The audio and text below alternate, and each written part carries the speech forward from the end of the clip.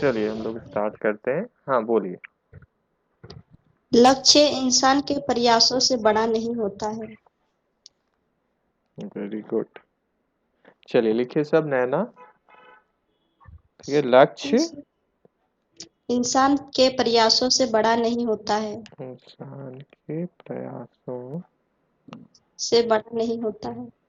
से बड़ा नहीं होता है। वाह, बहुत ही अच्छा थॉट है। चलिए इसका मीनिंग समझाइए। लक्ष्य तो हम लोग सभी कोई देखते हैं, लेकिन उसे पूरा करने में मेहनत लगता है, इसीलिए प्रयास करने से बड़ा कुछ नहीं है। Very good. ठीक है, पर पूरा करने में मेहनत लगता है तो इसलिए प्रयास, ठीक है, बढ़ा दीजिए। वो क्या है, अपना मेहनत पे है ना। Yes sir. सब लिख लिए ना। Yes sir. Yes yes sir. Sir. Yes yes sir. Yes sir. चलिए इसको कोई अपना एग्जाम्पल देके समझाइए आप। नैना, कोशिश करिए कोई एग्जाम्पल से। आपका अपना लाइफ का या किसी और का भी आप बोल सकते हो। Yes sir. सर, मैं 10 क्लास में थी समय मुझे लगता था कि सबसे हाईएस्ट नंबर लाऊं, हम्म तो मैं बहुत बहुत मेहनत की थी हम्म और हुआ भी था कि हम स्कूल टॉपर भी हुए थे। वाह, इस, वेरी गुड। हाँ इसीलिए प्रयास करने से बड़ा कुछ नहीं होता है सर। हाँ, वेरी गुड नैना, वेरी गुड। बहुत अच्छा एग्जाम्पल भी आप दिए। ठीक है, तो वो हासिल भी करके, ठीक है, तो मेन प्रयास वो की, इसीलिए उनका अच्छा आ गया, है ना। पहले यस कैसे सर। स्टूडेंट थे आप, उससे पहले। उससे सर उससे पहले बहुत कमजोर थे सर, नीचे क्लास में। हाँ देखो, तो देखो आपके सामने नैना एक एग्जाम्पल है। तो पहले वो अच्छी नहीं थी, ठीक है, उसके बाद तो स्कूल टॉपर ही बन गई। ठीक है, तो जहाँ पे भी आप अच्छा करना चाहोगे तो क्या होता है कि वही प्रयास, है ना, लक्ष्य। तो पहले तो लक्ष्य कि करना क्या है, कैसे करना है ना। लक्ष्य नहीं रहेगा तो क्या होगा, अगला दिन फिर कहीं और भटकोगे, फिर अगला दिन कहीं और भटकेंगे हम लोग, है ना। तो हम लोग भटक जाते हैं ना, तो एक लक्ष्य बनाना क्या होता है, जरूरी होता है। तब तो रहेगा ना कि हमको यहाँ पहुंचना है, नहीं तो हम लोग इधर उधर में ही क्या होता है, खत्म हो जाता है, हम लोग का टाइम भी खत्म हो जाता है। ठीक है। हम भी बहुत सारा अपना महीना सालों ऐसे ही निकाले हुए हैं। ठीक है, तो जब कुछ आप एम ही नहीं करते हो तो उस समय दिक्कत होने लगता है कि आपको पता ही नहीं होता है करना क्या है, तो क्या होगा, फिर टाइम पास होता है फिर सिर्फ। ज्यादातर क्या होगा कि टाइम चला जाता है, तो वो टाइम को, ठीक है। तो नैना देखो अपना स्टोरी भी बताई, है ना, तो आप लोग सबके लिए एक इंस्पिरेशन जैसा काम करना चाहिए नैना का स्टोरी। ठीक है, तो जो भी अच्छा करना चाहते हैं तो वो कर सकते हैं, बस क्या करना होगा, धीरे धीरे मेहनत करना होगा। ठीक है, शुरू में आपको थोड़ा कष्ट होगा, ठीक है, पर फिर आपको अच्छा लगने लगेगा। ठीक है, चलिए हम लोग स्टार्ट करते हैं। कुछ होमवर्क था क्या आपका अलग से, इससे पहले वाला क्लास में कुछ था क्या होमवर्क।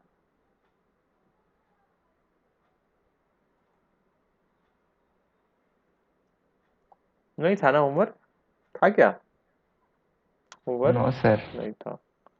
हम्म आपको बस वो बोले थे एक बार पढ़ लेने, एमओए था किसका, रिलायंस और इन्फोसिस का।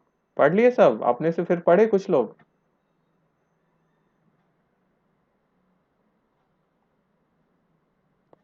देखे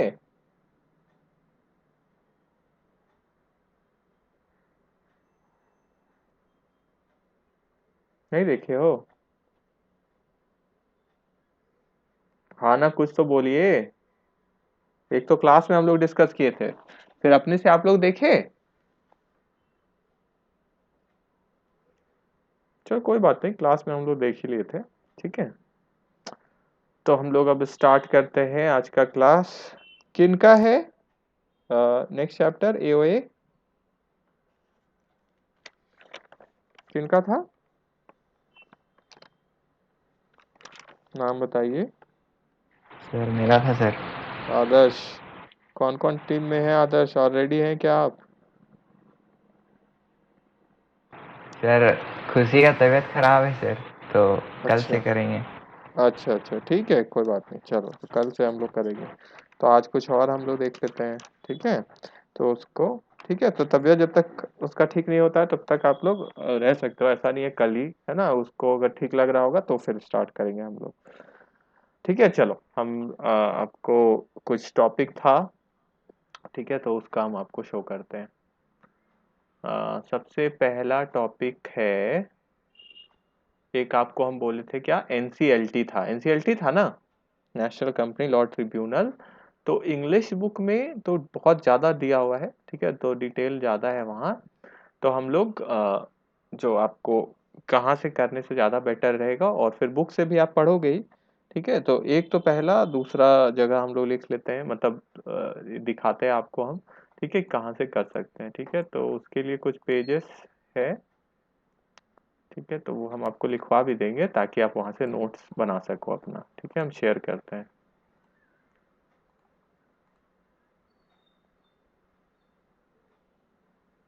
ठीक है, दिख रहा है आपको? Yes sir. Yes sir. Yes sir. Yes sir. Yes sir. ठीक है। तो एक तो ये है विकिपीडिया पर, ठीक है। तो यहाँ पे आप क्या करोगे, यहाँ से आप रीड करोगे, ठीक है। तो इसमें ज़्यादा नहीं है, थोड़ा सा है, ठीक है। तो यहाँ से आप रीड कर लोगे, ठीक है, कि क्या क्या है, ये एनसीएलटी क्या है, ठीक है। फिर आपको चलो तो एक बार हम आपको आपके साथ ही इसको कर लेते हैं, ठीक है। देखो क्या है, national company law tribunal quasi judicial body है, ठीक है। क्वासी जुडिशियल बॉडी का मतलब क्या होता है, ठीक है, non judicial body which can interpret law, ठीक है। एंटिटी, क्वासी मतलब एक्चुअली होता है ना कि पूरा नहीं, ठीक है, ठीक है, सेमी टाइप का, ठीक है। तो नॉन जुडिशियल बॉडी है जो कि इंटरप्रेट कर सकती है law, entity such as an arbitration panel और ट्रिब्यूनल बोर्ड, जो कि पब्लिक एडमिनिस्ट्रेटिव एजेंसी भी हो सकती है, और कॉन्ट्रैक्ट या प्राइवेट लॉ एंटिटी भी हो सकती है, which has been given powers और प्रोसीजर्स, ठीक है, पावर दिया गया है उनको और वो अपना कार्यवाही कर सकती है, ठीक है, कोर्ट के जैसा, जज के जैसा, ठीक है। आप इस वर्ड का डिटेल में अगर जानना चाहो तो इसको भी क्लिक करोगे आप, या राइट क्लिक करके या क्लिक करोगे तो उस इसके बारे में डिटेल आएगा, ठीक है। तो इसको तो उतना नहीं जानना है हमको, ठीक है। अच्छा, इंग्लिश का हम लोग करते हैं इसको ना हिंदी में, देखो तो आप हिंदी में हम कन्वर्ट करते हैं इसको, ठीक है, ताकि हिंदी से भी आप फिर देखो,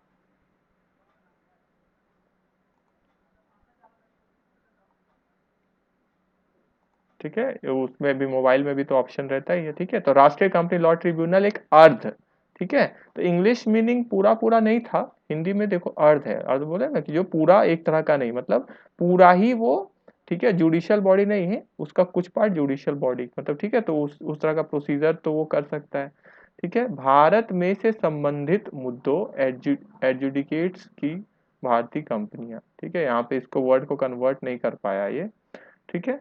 तो हिंदी में भी आप इस तरह से देख सकते हो, ठीक है। तो यहाँ से या कैसे भी कन्वर्ट करके वो अब आप जानते हो कैसे कन्वर्ट करना चाहिए, ठीक है। तो हम लोग एक बार अब ओरिजिनली में देखते हैं, ठीक है। तो क्वासी जुडिशियल बॉडी है इंडिया में जो कि एडजुडिकेट करती है, एडजुडिकेट मतलब क्या होता है, सुनवाई करवाती है या उस पर फैसले देती है, issues relating to Indian companies, ठीक है। तो वो क्या, जो इंडियन कंपनी से रिलेटेड मुद्दे हैं, ठीक है। तो एडजुडिकेट का मतलब फॉर्मल जजमेंट या डिसीजन अबाउट अ प्रॉब्लम और डिस्प्यूटेड मैटर, ठीक है। तो जो वही बोले सुनवाई करती है, डिसीजन लेती है, ठीक है। तो किससे रिलेटेड है, मेन यहाँ पे मेन क्या है, इंडियन कंपनी से रिलेटेड, ठीक है। तो वैसा बॉडी है जो कि किसका सुनवाई करती है, इंडियन कंपनीज का, ठीक है, उनसे रिलेटेड मुद्दों का, ठीक है। तो ट्रिब्यूनल ये स्टैब्लिश हुआ है कंपनीज एक्ट 2013 में, कंस्टिट्यूट कब हुआ है, 1 जून 2016 को, ठीक है, सरकार द्वारा। रिकमेंडेशन किनका था, मतलब कमिटी जो बना था, वी बालाकृष्णा इराडी कमिटी, या शॉर्ट में इसको इराडी कमिटी भी बोला जाता है। तो इस कमिटी में ये रिकमेंडेशन आया था कि हम लोग कंपनीज के लिए बना लेते हैं ये बॉडी, ठीक है, on law relating to insolvency and winding up of companies, ठीक है। तो मेनली यहाँ इसी यहाँ का सुझाव पे बेस था, ठीक है, इराडी कमिटी का, ठीक है।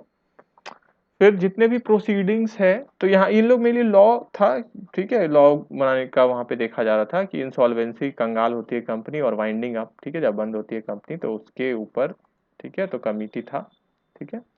तो जितने भी प्रोसीडिंग्स है कंपनीज एक्ट में, आपको सिंपल में क्या समझना है कि ये बॉडी किसके डील करती है, issues relating to Indian companies, ठीक है। फिर जितने भी प्रोसीडिंग्स होते हैं कंपनीज एक्ट के अंदर, including proceedings relating to arbitration, ठीक है। आर्बिट्रेशन क्या होता है कि हम लोग मुद्दा सुलझाते हैं, तो क्या बोलते हैं उसको, पंच निर्णय शायद बोलते हैं कि, है ना, कुछ लोग रहते हैं जो कि फिर उस मुद्दा को सुलझाने का कोशिश करते हैं, ठीक है। फिर क्या है, कॉम्प्रोमाइज या arrangements, reconstruction and winding up, ठीक है, ठीक है। तो ये इन मुद्दों पे बात होती है यहाँ पे, ठीक है। आर्बिट्रेशन समझ गया, जैसे मान लो कि दो जन में झगड़ा हो गया, ठीक है, तो उसको सुलझाने के लिए वो लोग कोर्ट में नहीं जाते हैं, बाहर ही किसी, जहाँ पे दोनों डिसाइड करते हैं हाँ इससे पूछो, ये जो बोलेगा हम लोग उस तरह से फिर करेंगे, तो उसको क्या बोलते हैं, आर्बिट्रेशन। कोर्ट के बाहर जब हम लोग इस तरह से निर्णय लेते हैं अपना किसी भी फैसले का। कॉम्प्रोमाइज, ठीक है, तो मतलब कंपनीज एक्ट के अंदर कंपनीज से रिलेटेड चीजें हैं जो आर्बिट्रेशन, कॉम्प्रोमाइज, अरेंजमेंट्स, ठीक है, रिकंस्ट्रक्शंस और वाइंडिंग अप ऑफ कंपनीज, ठीक है, shall be disposed of by the national company law tribunal, ठीक है। तो ये प्रोसीडिंग्स भी इन्हीं के अंडर आ गई और सुनवाई तो होगी ही, ठीक है। तो ये सब हो गया, रिकंस्ट्रक्शन वाइंडिंग अप भी हो गया। अब कौन डील करेगा, नेशनल कंपनी लॉ ट्रिब्यूनल। इससे पहले ना कंपनी लॉ बोर्ड हुआ करता था, यहाँ पे देखिए, ठीक है, कंपनी लॉ बोर्ड, CLB बोलते थे उसको, ठीक है, under the previous act, companies act 1956। आप लोग CLB के बारे में पढ़े हो, मतलब अपना पहले लॉ में, कि किसके बारे में पढ़े हो, NCLT की पढ़े ही नहीं हो, 11 12 में किसके बारे में था, था नहीं पढ़े हैं सर। नहीं पढ़े हो, कोई बात नहीं। हाँ, तो इससे पहले CLB हुआ करता था, कंपनी लॉ बोर्ड, ठीक है, कंपनीज एक्ट 1956 में, फिर ये NCLT आया, ठीक है, 2013 वाले एक्ट में, ठीक है। तो ये सारा, ये सब मैटर्स पे बात होगा इसमें, इंक्लूडिंग लिखा हुआ है, मतलब ये भी रहेंगी,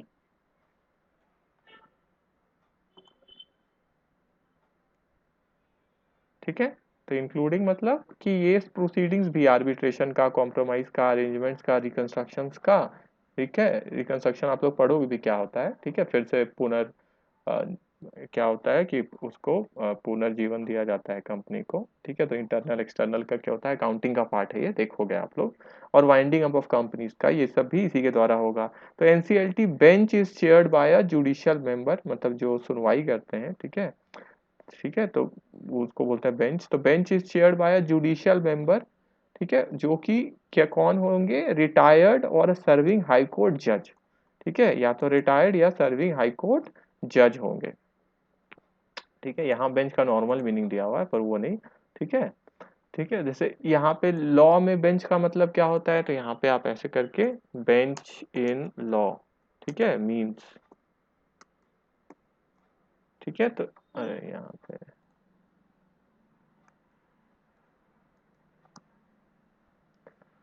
ठीक है, तो यहाँ पे आप देख सकते हो, तो एक तो बैठते थे इसलिए नाम पड़ गया, ठीक है। और फिर क्या है, group of justice, forum of justice comprise of the जज और जजेस, ठीक है। तो जो लोग बैठते हैं ना, जो लोग सुनवाई करवाते हैं, मेन जजेस लोग होता है, उनका ग्रुप को हम लोग बोलते हैं, ठीक है, ठीक है। टू अ ग्रुप ऑफ जजेस एज अ कलेक्टिव होल, जितने लोग कोर्ट में, ठीक है, जज के पोजीशन में होते हैं, ठीक है। यहाँ पे जो आपको मेन समझना है वो ये था, ठीक है।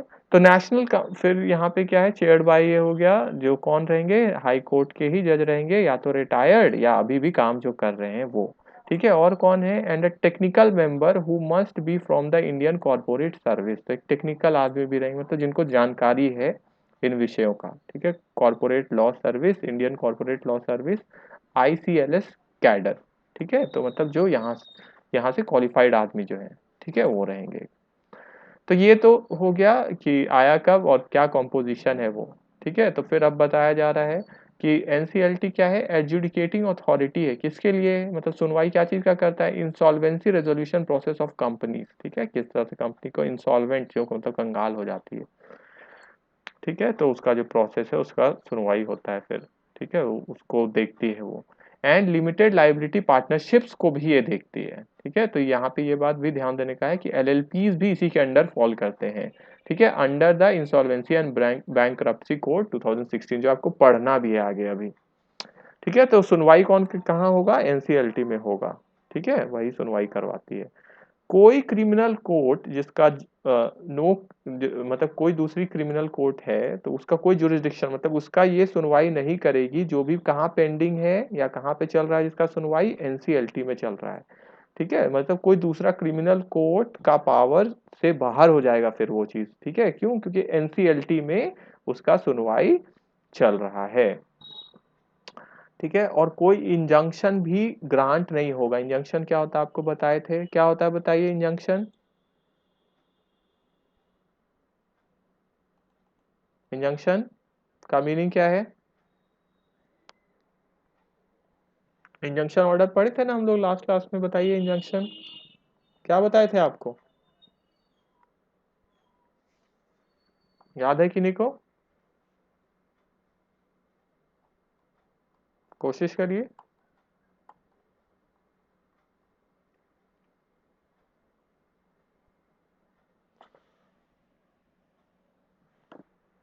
किन्हीं को याद नहीं है।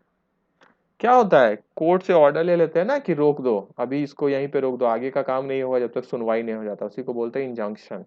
ठीक है, लिखा हुआ है नो इंजंक्शन ऑर्डर। ठीक है, आपको एग्जैक्ट मीनिंग देखना है तो आप ऐसे देखो, एन अथॉरिटेटिव वार्निंग और ऑर्डर। ठीक है, तो इंजंक्शन ऐसे मेनली, ठीक है, जैसे मान लो कि कोई कंपनी टावर खड़ा कर रही है कहीं पे, ठीक है, दूसरा किसी को आपत्ति है तो कोर्ट से वो जाएगा और जाएंगे और वहां से ऑर्डर ले लेंगे, कौन, इंजंक्शन ऑर्डर, फिर वो टावर वाली कंपनी को दे देंगे। तो अब वो नहीं वहां पे टावर खड़ा हो सकता है जब तक सुनवाई ना हो जाए, जब तक वहां से ऑर्डर नहीं मिल जाए कि हाँ आप आगे प्रोसीड कर सकते हो, मतलब टावर आप लगा सकते हो, तभी अब होगा।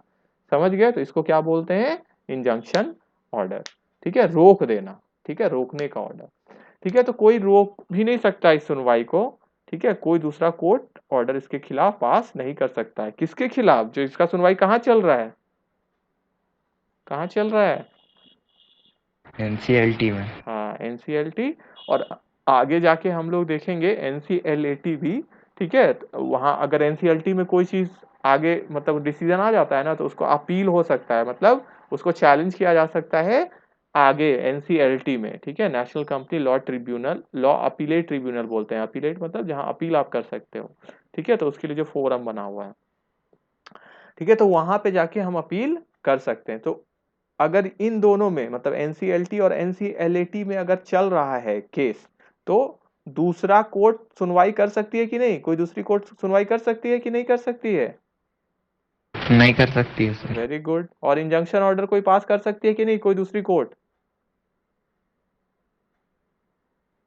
बोलिए, इंजंक्शन ऑर्डर कर सकती है कोई कि सुनवाई नहीं होने देंगे वहां, अभी रुको हमारा फैसला आएगा तब आप करना, मतलब हम लोग डिसाइड करेंगे तब होगा, कोई दूसरा कोर्ट कर सकता है ये,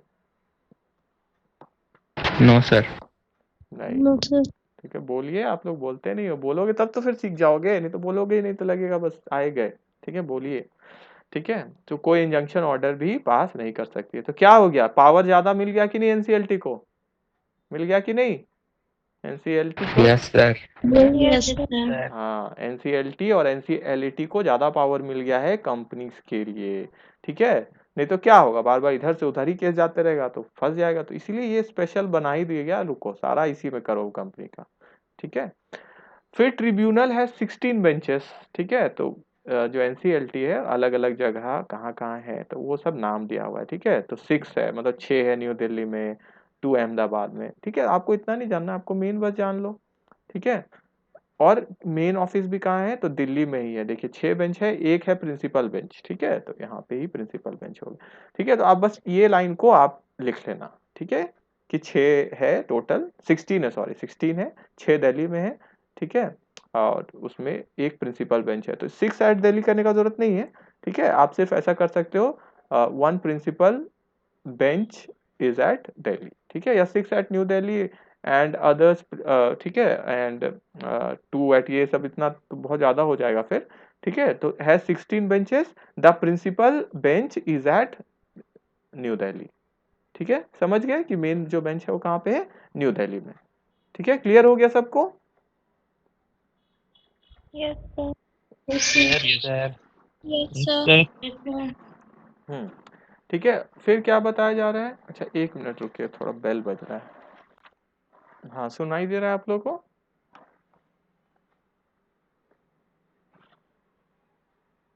हेलो, सुन पा रहे हो आप लोग?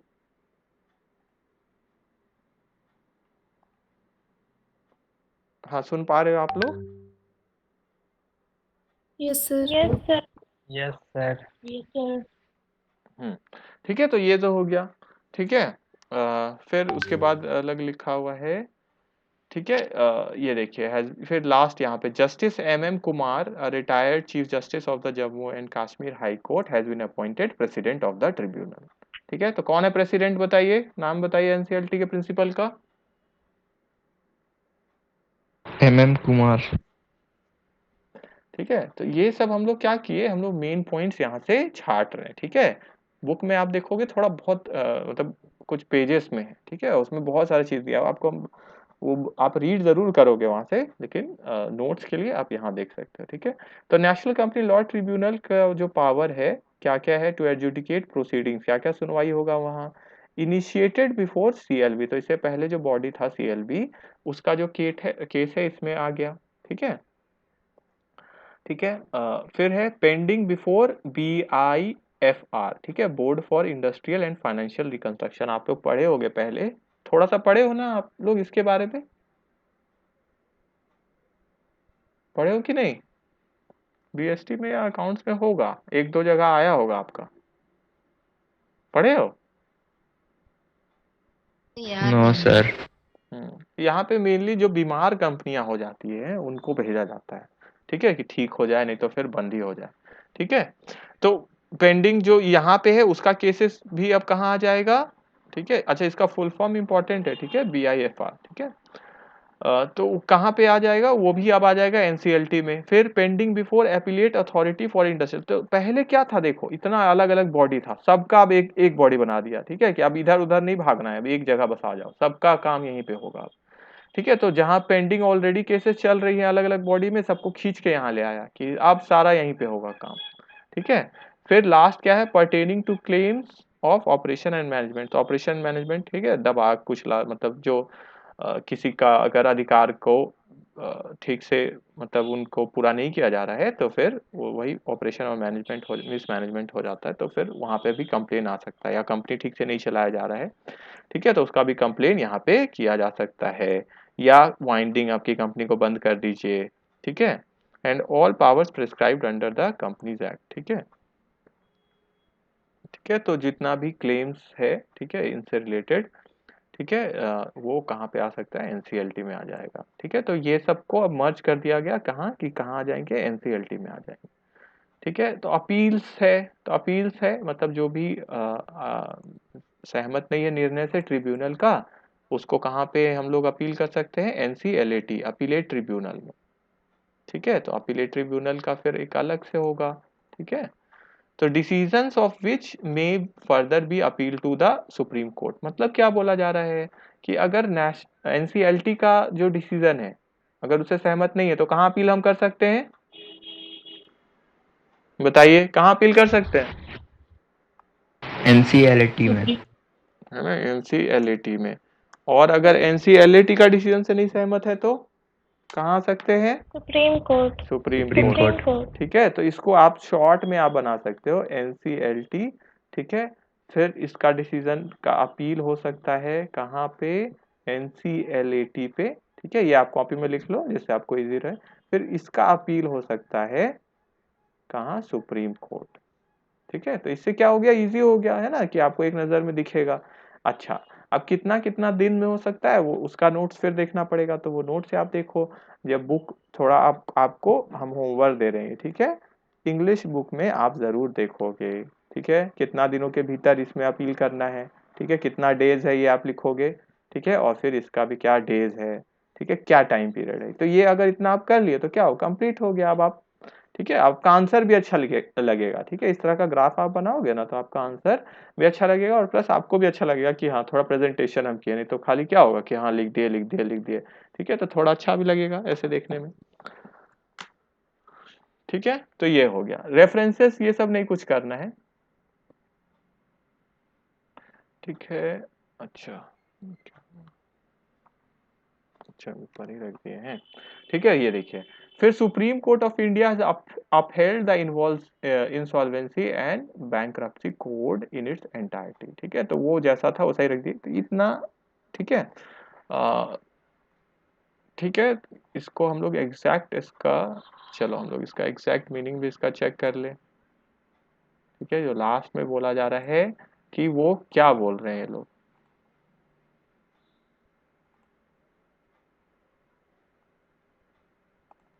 ठीक है, कि लॉ को ही रख लिया गया है, ठीक है। देखिए, भारत के सर्वोच्च न्यायालय ने दिवाला और दिवालियापन संहिता को पूरी तरह से बरकरार रखा है, ठीक है। तो ये जो हम लोग पढ़ेंगे ना इंसॉल्वेंसी एंड बैंक्रप्सी कोड, तो मतलब उसको बोला जा रहा है कि उसका जो लॉ है वो उसी तरह का है, तो वो देखेंगे हम लोग वो, ठीक है। एक चैप्टर ही है आपका, ठीक है। तो एनसीएलटी का आपको यहाँ से एक शॉर्ट नोट मिल जाएगा, ठीक है। प्लस और क्या करना है, एक तो यहाँ से आप कर लिए, ठीक है। एनसीएलटी विकी लिख लिया, विकिपीडिया लिख लिया आप शॉर्ट नोट के लिए, है ना। Yes sir. ठीक है, एक तो वो हो गया, इसके साथ ही हाँ एक और अच्छा आर्टिकल है यहाँ पे ये, ठीक है। तो इसमें क्या है कि क्या है मीनिंग एनसीएलटी और एनसीएलटी का, तो यहाँ से आप एक बार रीड कर लोगे, ठीक है। डिफरेंस आप यहाँ से जरूर कर लेना, क्या है डिफरेंस एनसीएलटी और एलएटी में, ठीक है। तो सबसे पहले तो यहीं पे काम होता है सारा, मतलब क्षेत्र तो इसी का है। पहले तो एनसीएलटी में आए, तब तो अपील में जाएंगे, तो ये है प्राइमरी जुरिस्डिक्शन है इसका, ठीक है। मतलब सबसे पहला काम तो यहीं पे होता है, तो सबसे पहले फिर अपील को यहाँ पे होता है, तो whereas NCLT as appellate jurisdiction, मतलब अपील को ये संभालती है, और ये तो पहला ही से शुरू से ही केस को संभालती है ये अपील को। तो डिफरेंस हो गया, इसको आप अलग पॉइंट वाइज लिखोगे, जैसे ये लिखा हुआ वैसे नहीं लिखना है, पॉइंट वाइज, ठीक है। तो ये हो गया पहला पॉइंट, ठीक है। फिर दूसरा क्या है, NCLT is higher forum than NCLT, है ना। हायर हुआ ना, क्यों क्योंकि अपील होके जा रहा है, ठीक है। भाई बहन में लड़ाई होता है तो अपील कहाँ जाता है, कहाँ जाता है बताइए, कहाँ जाता है अपील, बोलिए। मम्मी पापा के पास। मम्मी पापा पास, तो मम्मी पापा हायर अथॉरिटी हुए ना, पहले तो हम लोग निपट लिए आपस में, है ना। तो वही एनसीएलटी मतलब जहां अपील होता है वो हायर फोरम होता है। आप समझ में आ गया ना, अपील अपील वाला हायर फोरम क्यों हुआ, क्लियर है। Yes, sir. Yes, sir. ठीक है, Yes, sir. हाँ। तो जैसे सिंपल एक जो सेशन कोर्ट बोलते हैं, है ना, हाँ, वहां फैसला होता है तो वहां का चैलेंज होता है हाई कोर्ट में, हाई कोर्ट का होता है सुप्रीम कोर्ट, तो क्या हो रहा है ऊपर ऊपर बढ़ रहा है, ठीक है। तो इसको आप सेकेंड पॉइंट में लिखोगे, ठीक है। फिर क्या है, एविडेंस और witness generally presented before NCLT for taking the decision, तो पहला तो एविडेंस और गवाह सब यहीं पे आते हैं, ये तीसरा पॉइंट बनेगा आपको, ठीक है। और एनसीएलटी क्या करती है, रिव्यू करती है डिसीजन की, ठीक है कि नहीं, और उसको पॉइंट ऑफ लॉ या फैक्ट से देखती है कि लॉ के हिसाब से या फैक्ट के हिसाब से कैसा निर्णय दिया गया है, ठीक है। फिर क्या है, fact finding and evidence collection primary task है ट्रिब्यूनल का, ठीक है। तो वहां पे तो पहला बार केस चलता है, तो क्या क्या फैक्ट है, क्या क्या एविडेंस है, और फिर अपीलेट ट्रिब्यूनल में डिसाइड होता है cases based on already collected evidences and witness, तो इसको देखा जाता है, ठीक है। तो अलग अलग पॉइंट्स में आप डिफरेंस लिखोगे, क्लियर हो गया सबको, Yes, क्लियर हो sir. गया, ठीक है। Yes, sir. हाँ, उसके बाद आप हाँ उसके बाद आप बाकी ये सब रीड कर लेना, ठीक है। बस रीड कर लेना है आपको, ये रीड कर लिए पावर्स आप पढ़ लेना, फिर पावर्स, ठीक है। अच्छा, ये ट्रांजिशन क्या है कि पहले सीएलबी से अब एनसीएलटी आ गया उसके बारे में, तो इसको भी आप रीड कर लोगे, और पावर्स को आप अच्छे से देख लेना, ठीक है। मतलब एक शॉर्ट नोट पावर का भी बना लेना कि क्या क्या पावर है, इंपॉर्टेंट पावर्स है प्रेजेंटेड, क्या क्या है उसमें, प्रोटेक्शन ऑफ द इंटरेस्ट, तो छोटा छोटा बस बना लेना, ठीक है। ऑलरेडी हम लोग ये देख लिए, डी रजिस्ट्रेशन ऑफ कंपनीज है, ठीक है, ठीक है। तो छोटा operation mismanagement, refusal to transfer shares, ठीक है, डिपॉजिट्स है, तो थोड़ा पॉइंट्स है यहाँ पे, ठीक है, 9, 10, 11, ठीक है। मतलब इन मुद्दों का यहाँ पे इनका क्या है, इनके हाथ में पावर है, जो यहाँ पे हम लोग ये लिख रहे थे ना कि इनके पास क्या क्या, ठीक है, फैसला क्या क्या का करते हैं, तो उसी से संबंधित तो जो फंक्शंस होगा उसी से संबंधित तो पावर होगा, ठीक है ना। जैसे हम आपको मान लो 2 जन को आप लोग में से अपॉइंट कर दिए कि फेस्ट आ रहा है तो आप लोग ये आपका काम रहेगा, तो काम दे देंगे और पावर ही नहीं देंगे तो काम कर पाओगे, नहीं कर पाओगे ना, क्लियर हो गया। बोलिए, है ना? Yes yes sir. तो पावर तो चाहिए, है ना, तभी तो वो करोगे। ठीक है, चल, तो ये हो गया हम लोग का। तो बताएंगे, अभी पूरा रिवाइज करवा देंगे। फिर अपीलेट ट्रिब्यूनल का यहाँ पे है, ठीक है। तो अपीलेट ट्रिब्यूनल में क्या है, ठीक है, तो ठीक है, ट्रिब्यूनल जो कि फॉर्म किया गया, सेक्शन ये है, ठीक है। रिस्पॉन्सिबल क्या चीज के लिए है, अपील्स को देखने के लिए, ऑर्डर्स जो भी आते हैं एनसीएलटी से, तो एनसीएलटी कब स्टार्ट हुआ था, ये जो भी है, ठीक है।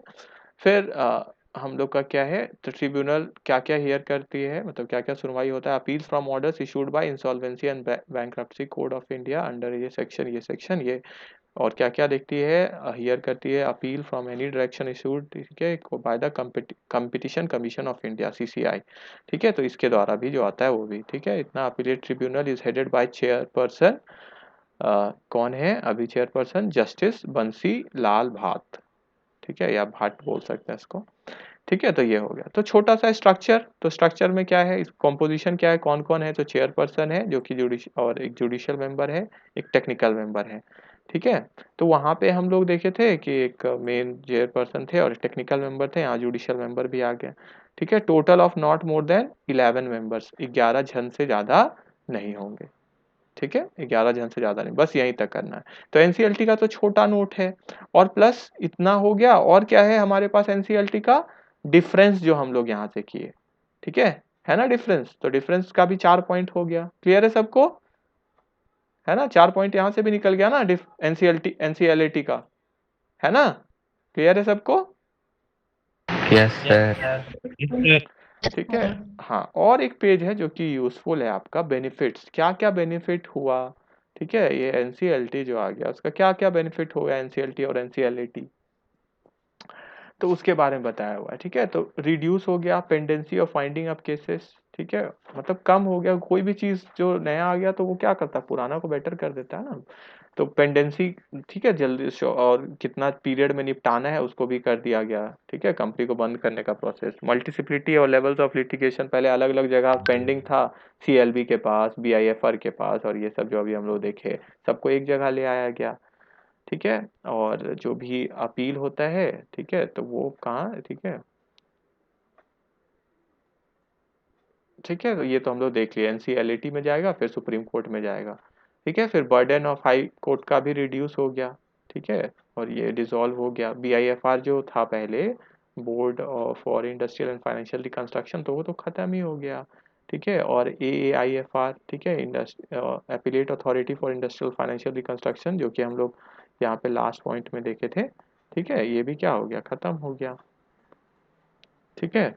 तो ये हो गया, और ऑपरेशनल हो गया, enactment of the set bill, ठीक है, बस, ठीक है। फिर ये सब तो एक्स्ट्रा चीज लिखा हुआ है, ठीक है। तो 4 बेनिफिट्स आप यहाँ से भी कर सकते हो, ठीक है। तो ये 4 बेनिफिट्स भी हो गया, ठीक है, एनसीएलटी का, और अपने मन से भी लिख सकते हो, ठीक है, कि पेंडिंग केसेस और टाइम कम हो गया तो क्या होगा, जो लोग इन्वॉल्व है उसमें राहत हो जाएगा, उनको ज्यादा टाइम नहीं देना पड़ेगा कोर्ट केस में, ठीक है। और क्या लिख सकते हो बेनिफिट्स में, कि इजी हो जाएगा कंपनीज के लिए, है ना, इजी हो जाएगा कि एक ही जगह जाना है, अलग अलग जगह दौड़ना नहीं है, कौन केस किसके अंडर डालना है, ठीक है, तो उसमें झमेला में नहीं फंसना है, तो सारा चीज जब एक जगह होगा तो क्या हो गया, इजी सेटलमेंट प्रोसेस हो गया। तो अपने मन से भी आप कुछ पॉइंट्स उसमें जो आप पढ़े हो उसके हिसाब से आप लिख सकते हो, ठीक है। चलो अब हम लोग रिवाइज करते हैं, क्या है एनसीएलटी, कंपनी के लिए सुनवाई के लिए एक बोर्ड बनाया गया है, ये रिकमेंडेशन ये इनका था, इराडी कमेटी वाला, ठीक है। जितने भी कंपनीज के अब केसेस हैं तो उसको इंक्लूडिंग ये तो अब कहाँ जाएंगे, एनसीएलटी में, जो कि पहले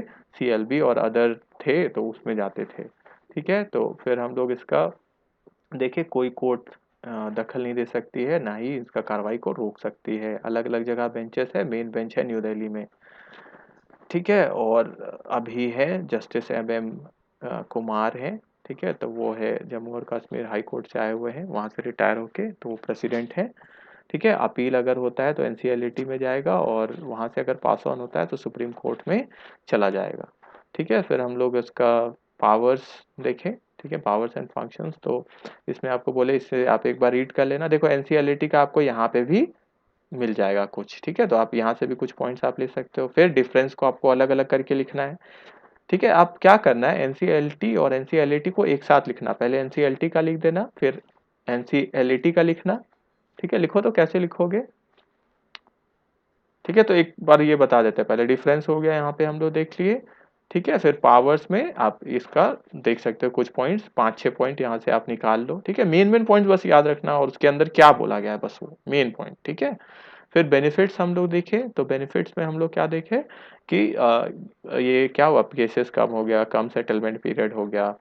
ठीक है, और बहुत सारे बोर्ड थे तो वो ख़त्म कर दिए गए। ठीक है, और क्या हुआ, बर्डन कम हो गया, कुछ बोर्ड भी ख़त्म हो गए। ठीक है, तो ये हो गया। अब आपको लिखना कैसे है, ठीक है, हम आपको पूरा अब शॉर्ट में बता देते हैं ताकि अब आपको लिखने में आसानी रहे। ठीक है, लिखिए। सबसे पहले आप क्या करेंगे, ठीक है, आप लिखेंगे कैसे, एनसीएलएटी, एनसीएलटी और एनसीएलएटी आप हेडिंग दे देंगे। ठीक है, और क्वेश्चन भी बना लीजिएगा जिससे आपको फिर पढ़ने में अच्छा लगे, है ना, क्वेश्चन बना लीजिएगा। क्वेश्चन क्या लिखोगे, ठीक है, right short note on NCLT and NCLAT. ठीक है, तो शॉर्ट नोट है ऑन एनसीएलटी एंड एनसीएलएटी। ठीक है, तो अब पहले आप लिखना स्टार्ट करोगे एनसीएलटी का, कैसे लिखोगे, सबसे पहले एनसीएलटी कहाँ से लिखोगे, विकिपीडिया से, जो हम लोग आपका, ठीक है, आज डिस्कस किए, तो ये सर्च कर लोगे आप। ठीक है, ये पहला पॉइंट हो गया। दूसरा पॉइंट क्या है, दूसरा पॉइंट है आपका, इसके बाद हम लोग कहाँ चले गए थे, फंक्शंस में ना, पावर्स एंड फंक्शंस। ठीक है, तो पावर्स एंड फंक्शंस ऐसे लिखोगे ऑफ एनसीएलटी। ठीक है, और ये इसका पेज कौन सा है, आगे आप जोड़ोगे तब उसको सर्च करोगे, लॉ स्ट्रीट इंडिया, इतना लिखोगे ना तो आएगा रिजल्ट। ठीक है, तो लॉ स्ट्रीट इंडिया देख लेना जहां पे लिखा होगा। ठीक है, तीसरा बेनिफिट्स आप देख लोगे। ठीक है, बेनिफिट्स, बेनिफिट्स क्या है, क्या था, benefits from setting up of NCLT and NCLET. ठीक है, बेनिफिट्स, या नहीं भी लिखोगे ना तो चलेगा, बेनिफिट्स तो आप खुद बना सकते हो क्या क्या होगा। ठीक है, पर चलो देख लेना, from setting up of NCLT and NCLAT, ये किसका पेज आएगा, टैक्स गुरु का। ठीक है, टैक्स गुरु भी आगे आप जोड़ देना तो एक ही बार में आ जाएगा। ठीक है, इतना भी लिखोगे ना, benefits from setting up of इतना, तो आ जाएगा, पर पूरा ही लिख देना, एक ही बार में आ जाएगा। चौथा में आप क्या करोगे, एनसीएलएटी का जो विकिपीडिया वाला है, ठीक है, वो लिखोगे आप। ठीक है, अब एनसीएलटी का आप लिखना स्टार्ट कर रहे हैं हम लोग। ठीक है, एनसीएलएटी। ठीक है, चलो इसको हम काट ताकि आपको आसानी रहे, तो इसका एनसीएलएटी विकिपीडिया का आप लिख लिए। ठीक है, दूसरा फिर इसमें आप क्या करोगे, ठीक है, ये तो विकिपीडिया से लिख लिए, दूसरा आपका जो कुछ पॉइंट्स एक्स्ट्रा आपको मिलेगा किसमें, powers and functions of NCLT वाला है, जो दूसरा ये वाला है। ठीक है, इसका आप लिख लोगे कुछ पॉइंट्स, एनसीएलटी वाला जो पैरा में था। ठीक है, अभी आपको दिखाए थे हम जो। ठीक है, तीसरा आप क्या करोगे, डिफरेंस लिख लेना। ठीक है, डिफरेंस लिख लेना। क्लियर हो गया सबको? Yes sir. Yes sir. ठीक है, डिफरेंस। सर। ठीक है, तो अब Yes, sir. आपको चलो एक बार फिर से अब आपको दिखा के गाइड कर देते हैं। ठीक है, देखिए, सबसे पहले क्या करना है, आपको एनसीएलटी का विकिपीडिया से लिखना है, यहाँ यहाँ सब लिखोगे, अपील्स हो गया, ये नहीं लिखना, रेफरेंसेस मत लिखना, ये अलग से होता है। ठीक है, ये सब कुछ नहीं हो, ये होता है कहाँ कहाँ से लिया गया है ये आर्टिकल बनाने के लिए। ठीक है, ये हो गया। दूसरा आपको क्या करना है, इसमें आना है, ये लॉ स्ट्रीट इंडिया वाले पेज में। ठीक है, तो इसमें आके आप क्या करोगे, यहाँ से कुछ पॉइंट आप एक्स्ट्रा लिख सकते हो, तो आप लिख लेना एनसीएलटी का भी और एनसीएलएटी का। एनसीएलएटी का तो एनसीएलएटी में लिखना, इस अभी नहीं, अभी तो एनसीएलटी का लिख रहे हैं। फिर आप एनसीएलटी का, ठीक है, ये सब तो आप रीड कर लेना, और ये पेज को आप सेव करके रखना अपने पास। ठीक है, कॉपी में वो लिख लेना कि एड्रेस क्या है पेज का, और उसको बुक मार्क करके रख लेना। ठीक है, स्टार मार्क जो बना रहता है, ठीक है, बुक मार्क हो जाता है उससे। देखिए जैसे यहाँ पे ये है, देख रहे हो, ये बुक मार्क वाला पेज है, तो कहीं पे सेव कर लेना कोई फोल्डर बना के। ठीक है, तो ये हो गया। फिर इसका पावर्स आप लिख लेना 4-5। ठीक है, ये हो गया। इसके बाद फिर क्या हो गया, बेनिफिट्स में आप यहाँ पे 4 लिखा हुआ बेनिफिट्स, तो उसको आप शॉर्ट करके भी लिख सकते हो, बस इतना ही लिख लेना बस, ठीक है, डिसॉल्व तक, ठीक है। हिंदी वाले हिंदी में कन्वर्ट करके लिख लीजिएगा आप। फिर क्या है, और जहाँ डाउट होता है वहाँ हिंदी आप कन्वर्ट करके हिंदी पढ़ लो और हिंदी वाले इंग्लिश पढ़ लो, ठीक है, तो डाउट भी क्लियर होगा आपको, ठीक है। उसके बाद एनसीईआरटी का लिखना है, तो एनसीईआरटी का पहले यहाँ लिखना है, ये विकिपीडिया वाला, ठीक है। फिर यहाँ से आप कुछ एक्स्ट्रा पॉइंट्स लिख सकते हो, जैसे एनसीईआरटी का यहाँ पे कुछ पॉइंट्स है, ये लिख सकते हो। फिर आप क्या लिखोगे, जो डिफरेंस है, डिफरेंस बिटवीन एनसीईआरटी, तो 4-4 पॉइंट तो यहाँ दोनों का हो गया, एनसीईआरटी का, एनसीईआरटी का, ठीक है ना। और कोई कुछ पूछा है क्या इसमें, नहीं, हो गया ना, तो अच्छा खासा नोट्स बन गया, ठीक है, नोट्स बन गया। क्लियर है सबको, समझ में आ गया? Yes, sir. Yes, sir. Yes, sir. Yes, sir. Yes, sir. Yes, sir. ठीक है, तो इसको आप सेव कर लो, हम भी सेव कर लेते हैं, नेक्स्ट बार में काम आएगा, है ना। चलो इसको आप लोग भी, अरे हम ये करेंगे तो आपको दिखेगा नहीं ना, रुको हम हटा लेते हैं। चलो इसको आप लोग स्क्रीनशॉट ले लो, या लिख ही लिए होगे, हमको लगता है लिख लिए क्या आप लोग, लिख लिए? Yes, sir. अच्छा लिख ही लिया, ठीक है। चलो तो हम इसको बस हम सेव कर लेते हैं, नहीं तो हट जाएगा ना। क्या है, एनसीएलटी,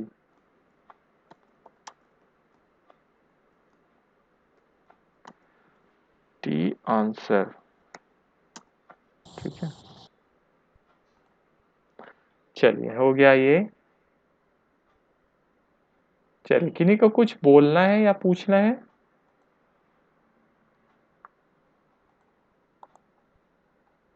बोलिए, किन्हीं को कुछ बोलना है या पूछना है? ठीक है फिर, थैंक यू सबको। Thank you, sir. Thank you, sir. Yes, sir. Thank you, sir. सबको थैंक यू।